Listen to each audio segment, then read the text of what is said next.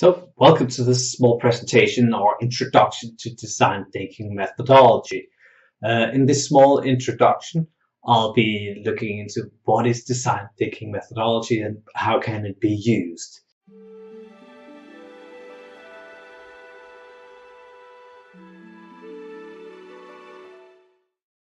Why is it that we're doing this design thinking, or why is it's important? Well, it can help you or achieve service unmet needs to the people that you're creating things for. It sounds a little bit fluffy, but it is about finding new things, finding new ways, finding something which can make a difference. It reduces the risks with the launch of new ideas. It generates solutions that hopefully are revolutionary and not just the incremental idea generation that we see. And hopefully it'll also learn your organization, learn faster, adapt ideas more easily. There are three pillars to this design thinking. The first is empathy, understanding the needs of the ones that you're designing for, putting yourself in their place, because that's the starting point. You're not doing this for yourself, you're doing it for them, so you need to understand where they're coming from.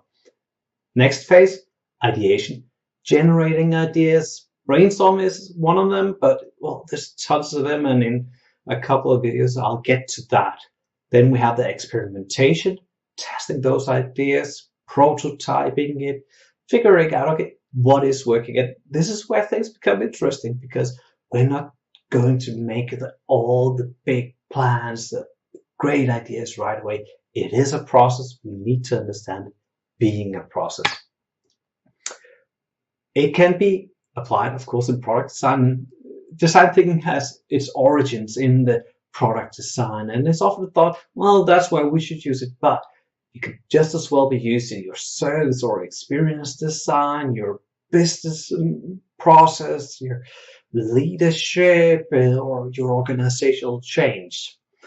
The model that we'll be using here in the coming videos is this three-step model. It's primarily popularized by IBM and used in their versions. There are variations of the design thinking process, but in general, it is inspiration, ideation, and implementation. Inspiration is the understanding, the observation, taking the point of view of the user or customer. Then the ideation phase, coming up with ideas, prototyping it, testing it out. And then in our implementation, we go into the figuring out what is it the story is about, the pilot testing, and building the final business model to be able to implement it. Because we're not just looking at coming up with great ideas and having the light bulb pop up. We are looking at it for someone doing something. All right. See you in the next video.